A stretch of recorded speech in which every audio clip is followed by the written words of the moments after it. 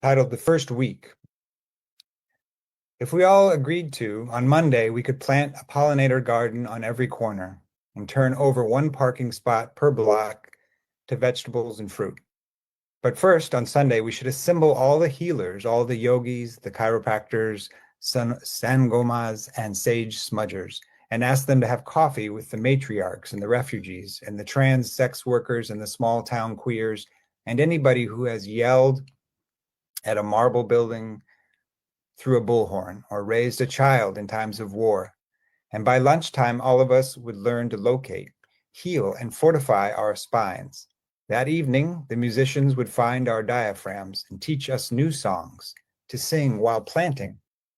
On Tuesday, after the gardens, we would repair every roof, install rain barrels and solar panels, retrieve the lost balls and frisbees and kites, and remember we are tiny beneath the sky. On Wednesday, we'd fix the heaters so the gas could never be cut off, and install a tiny lead filter in every faucet. By Thursday, we would know each other's names and begin to tell our stories. Then the farmers and the roofers and the plumbers would be honored by the lawyers and the doctors who had spent their first week ever listening. Next, venerations and reparations by the bankers and professors who will learn that education isn't learning and money isn't value, and nothing is the feel of soil in your hands or throwing back your head to sing. We will ache for love and owning nothing, and for the first time, that will make us unafraid.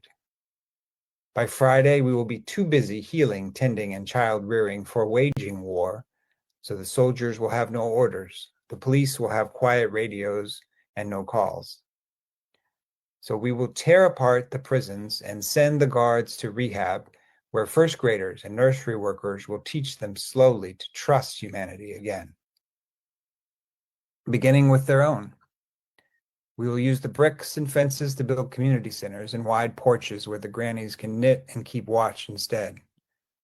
Saturday would be for rest, hammocks, creeks, and lemonade, and we listen to the earth and the spirits and our ancestors and our lovers and our beloveds, the bullfrogs and the songbirds and the tall grass and the redwoods and the oak trees, breathing.